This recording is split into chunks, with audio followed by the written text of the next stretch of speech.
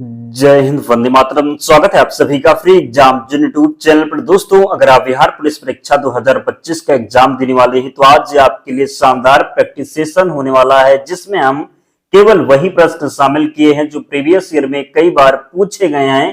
तो आपको सेशन में अंत तक बने रहना है, सभी प्रश्नों को पूरे ध्यान से देखना है। विश्वास रखिए, निश्चित ही यहां से प्रश्न बनेगा आपके एग्जाम में। तो चलिए सेशन को प्रारंभ करते हैं और पहला शानदार प्रश्न देखते हैं। सही उत्तर अगर आपको पता है तो कमेंट जरूर करते रहें। प्रथम भारतीय नोबेल पुरस्कार विजेता कौन थे? आपसे पूछा गया है प्रथम भारतीय नोबेल पुरस्कार विजेता कौन थी। चार ऑप्शन आपके सामने है, सीवी रमन, रविन्द्रनाथ टैगोर, अमृत या फिर एच खुराना। तो सही उत्तर होगा रविंद्रनाथ टैगोर को किसे तो प्रथम भारतीय नोबेल पुरस्कार मिला था रविंद्रनाथ टैगोर को। कब मिला था? तो 1913 में। कब? तो 1913 में। पूछा जाए किस क्षेत्र में तो साहित्य में मिला था। गीतांजलि पुस्तक के लिए याद रखेंगे, प्रश्न पूछा जाता है। अगला है, हमारा राष्ट्रीय गीत वंदे मातरम कहां से संकलित है? चित्रा, गोदान, डाकघर या फिर आनंद मठ। तो सही उत्तर हो जाएगा आनंद मठ से। कहां से? तो हमारा राष्ट्रीय गीत वंदे मातरम कहां से संकलित है? तो सही उत्तर होगा आनंद मठ। याद रखेंगे, कई बार प्रश्न पूछा गया है।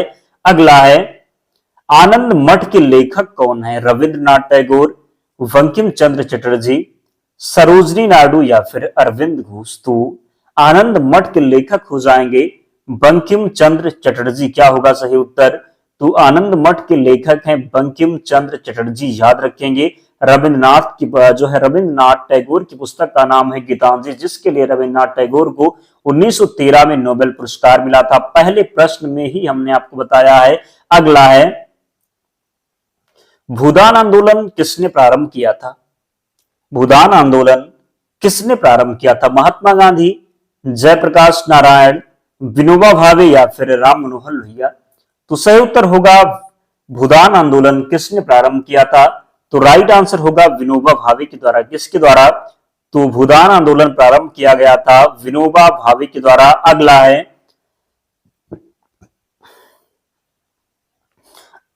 अगला जो प्रश्न याद रखना है, लाइफ डिवाइन पुस्तक के लेखक कौन है? क्या? तो लाइफ डिवाइन पुस्तक के लेखक कौन है? महात्मा गांधी, रविन्द्रनाथ टैगोर, राधा कृष्णन या फिर अरविंद घोष। तो सही उत्तर है लाइफ डिवाइन पुस्तक के लेखक है रविन्द्रनाथ टैगोर। क्या हो जाएगा?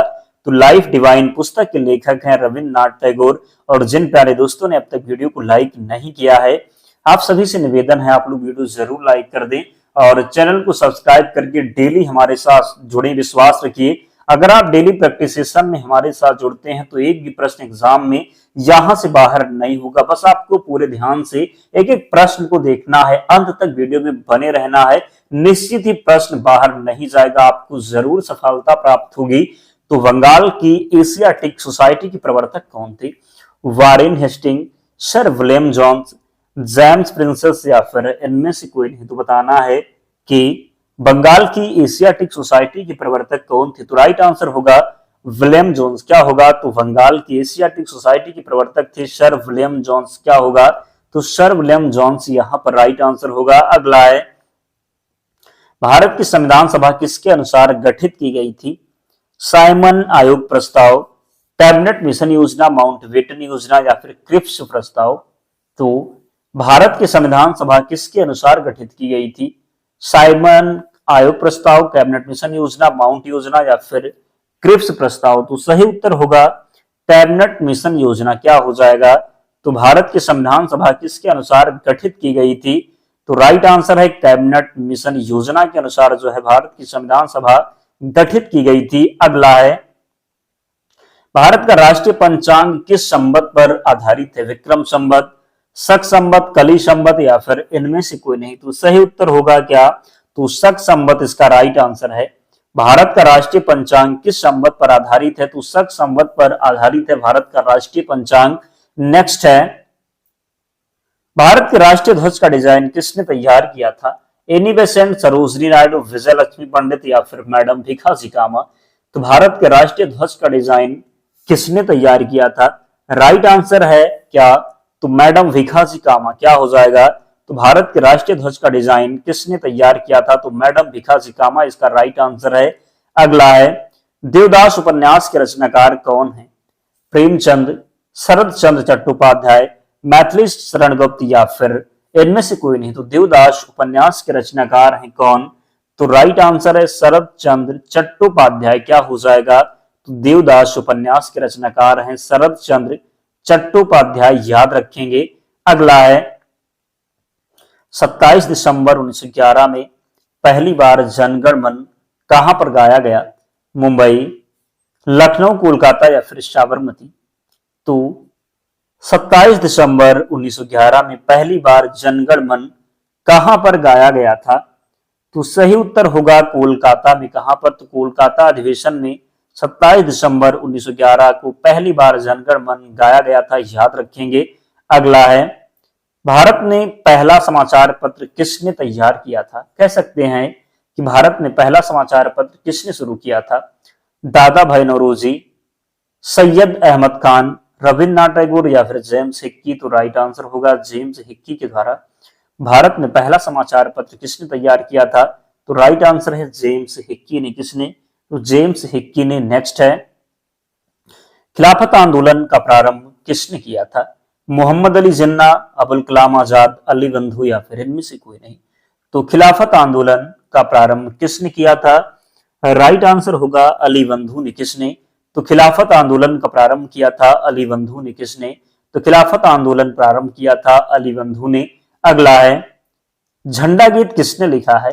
रविन्द्रनाथ टैगोर, बंकिम चंद्र चटर्जी, मैथिली शरण गुप्त या फिर श्यामलाल गुप्त पार्षद। तो झंडा गीत किसने लिखा था? राइट आंसर होगा श्यामलाल गुप्त पार्षद के द्वारा। किसके द्वारा? तो झंडा गीत किसने लिखा था? श्यामलाल गुप्त पार्षद ने। किसने? तो श्यामलाल गुप्त पार्षद ने झंडा गीत लिखा था। झंडा गीत किसने लिखा था? तो श्यामलाल गुप्त पार्षद के द्वारा। अगला है, नागरिक सेवाओं के लिए प्रतियोगी परीक्षा प्रणाली को सिद्धांत स्वीकार कब किया गया? तो नागरिक सेवाओं के लिए प्रतियोगी परीक्षा प्रणाली को सिद्धांत स्वीकार कब किया गया? 1833 में, 1853 में, 1855 में या फिर 1858 में। तो बताना है कि नागरिक सेवाओं के लिए प्रतियोगी परीक्षा प्रणाली को सिद्धांत स्वीकार कब किया गया? तो सही उत्तर इसका हो जाएगा 1853 में। कब? तो राइट आंसर है 1853 में। कब होगा? तो सही उत्तर होगा 1853 में, याद रखेंगे। अगला है, वर्तमान में भारतीय संविधान में कुल कितनी अनुसूचियां हैं? 8, 10, 12 या फिर 14। तो अगर यहां पर पूछा जाता कि मूल संविधान में कुल कितनी अनुसूचियां थी, तो मूल संविधान में कुल 8 अनुसूचियां थी। वर्तमान में 12 अनुसूचियां हैं। कितनी? तो वर्तमान में 12 अनुसूचियां हैं। अगला है, किस राज्य के आरक्षण विधेयक को नवी अनुसूची में सम्मिलित किया गया है? तमिलनाडु, कर्नाटक, उत्तर प्रदेश या फिर उड़ीसा। तो किस राज्य के आरक्षण विधेयक को नवी अनुसूची में सम्मिलित किया गया है? बताना है आपको किस राज्य के आरक्षण विधेयक को नवी अनुसूची में सम्मिलित किया गया है। तो राइट आंसर होगा तमिलनाडु। क्या हो जाएगा? तो सही उत्तर होगा तमिलनाडु। किस राज्य के आरक्षण विधेयक को नवी अनुसूची में सम्मिलित किया गया है? तो तमिलनाडु इसका राइट आंसर है। आधुनिक भारत में हिंदू धर्म में पहला सुधार आंदोलन कौन सा था? ब्रह्म समाज, आर्य समाज, थियोसॉफिकल सोसाइटी या फिर रामकृष्ण मिशन। तो आधुनिक भारत में हिंदू धर्म में पहला सुधार आंदोलन क्या था? तो राइट आंसर इसका होगा, क्या हो जाएगा? तो ब्रह्म समाज। क्या? तो ब्रह्म समाज के संस्थापक कौन थे? तो राजा राम मोहन राय। कौन? तो राजा राम मोहन राय, याद रखेंगे। आधुनिक भारत में हिंदू धर्म में पहला सुधार आंदोलन था ब्रह्म समाज। अगला है, स्वामी विवेकानंद का मूल नाम क्या था? नरेंद्र नाथ दत्त, फटकेश्वर दत्त, कृष्ण दत्त या फिर सुरेंद्र दत्त। तो स्वामी विवेकानंद का मूल नाम था क्या? तो नरेंद्र नाथ दत्त था। क्या? तो स्वामी विवेकानंद का मूल नाम था नरेंद्र नाथ दत्त, याद रखेंगे। अगला है, स्वामी विवेकानंद किस स्थान पर हुए धार्मिक सम्मेलन से प्रसिद्ध हुए? लंदन, पेरिस, शिकागो या फिर बर्लिन। तो बताना है कि स्वामी विवेकानंद किस स्थान पर हुए धार्मिक सम्मेलन से प्रसिद्ध हुए? तो राइट आंसर इसका हो जाएगा, क्या होगा? तो शिकागो यहां पर सही उत्तर होगा। स्वामी विवेकानंद किस स्थान पर हुए धार्मिक सम्मेलन से प्रसिद्ध हुए? तो शिकागो से। कहां से? तो शिकागो से। अगला है, भारतीय राष्ट्रीय कांग्रेस की स्थापना कब की गई? 1865, 1867, 1885 या फिर 1887। तो भारतीय राष्ट्रीय कांग्रेस की स्थापना कब की गई? बताना है कि भारतीय राष्ट्रीय कांग्रेस की स्थापना कब की गई? तो सही उत्तर होगा 1885 में। कब? तो राइट आंसर होगा 1885 में। भारतीय राष्ट्रीय कांग्रेस की स्थापना कब की गई? तो सही उत्तर है 1885 में। कब? तो 1885 में भारतीय राष्ट्रीय कांग्रेस की स्थापना कब की गई? तो 1885 में। कब? तो 1885 में। अगला है 1905 में बंगाल विभाजन किस वायसराय ने किया? हार्डिंग, केनिंग, कर्जन या फिर मिंटो? तो 1905 में बंगाल विभाजन किस वायसराय ने किया? 1905 में बंगाल विभाजन किस वायसराय ने किया? तो सही उत्तर इसका हो जाएगा कर्जन ने। किसने? तो 1905 में बंगाल विभाजन किस वायसराय ने किया? तो कर्जन इसका राइट आंसर है। 1905 में बंगाल विभाजन किस वायसराय ने किया? तो कर्जन सही उत्तर है, याद रखना है, गलती नहीं करेंगे। अगला है गदर पार्टी की स्थापना कब हुई थी? 1907, 1913, 1917 या फिर 1920 में? तो गदर पार्टी की स्थापना हुई थी 1913 में। कब? तो गदर पार्टी की स्थापना 1913 में हुई थी। पूछा जाता है किसके द्वारा गदर पार्टी की स्थापना की गई थी? तो लाला हरदयाल के द्वारा। किसके द्वारा? तो याद रखना है, लाला हरदयाल के द्वारा गदर पार्टी की स्थापना 1913 में की गई थी। कहां पर? तो सैन फ्रांसिस्को, अमेरिका में। अगला है बिहार बंगाल से कब अलग हुआ? 1910, 1911, 1912 या फिर 1913? तो बिहार बंगाल से कब अलग हुआ? तो सही उत्तर इसका होगा क्या? 1912 में। कब? तो बिहार बंगाल से कब अलग हुआ? 1912 में। कब? तो बिहार बंगाल से अलग हुआ 1912 में। बिहार बंगाल से अलग हुआ। अगला है महात्मा गांधी ने सत्याग्रह क्रियाविधि सबसे पहले कहां प्रयुक्त की? दांडी, चंपारण, खेड़ा या फिर अहमदाबाद? तो महात्मा गांधी ने सत्याग्रह क्रियाविधि सबसे पहले कहां प्रयुक्त की? सही उत्तर इसका हो जाएगा चंपारण में। कहां पर? तो चंपारण में। पूछा जाए कब? तो 1917 में। कब? तो 1917 में। नेक्स्ट है जय हिंद का नारा किसने दिया?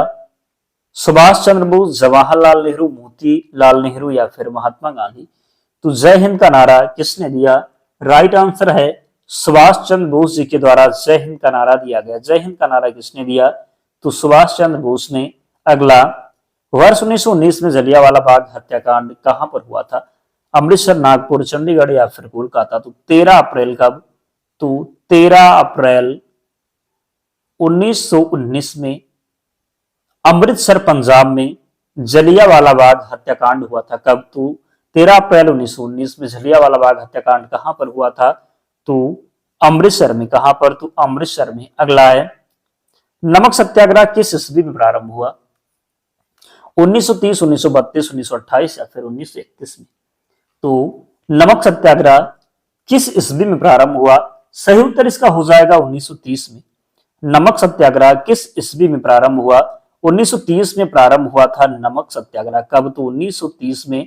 नेक्स्ट है गांधी इरविन समझौता किससे संबंधित है? भारत छोड़ो आंदोलन, सविनय अवज्ञा आंदोलन, असहयोग आंदोलन या फिर खिलाफत आंदोलन? तो गांधी इरविन समझौता किससे संबंधित है? भारत छोड़ो आंदोलन, सविनय अवज्ञा आंदोलन, असहयोग आंदोलन या फिर खिलाफत आंदोलन? तो राइट आंसर होगा सविनय अवज्ञा आंदोलन से संबंधित है गांधी इरविन समझौता। गांधी इरविन समझौता किससे संबंधित है? तो सविनय अवज्ञा आंदोलन से संबंधित है। क्या?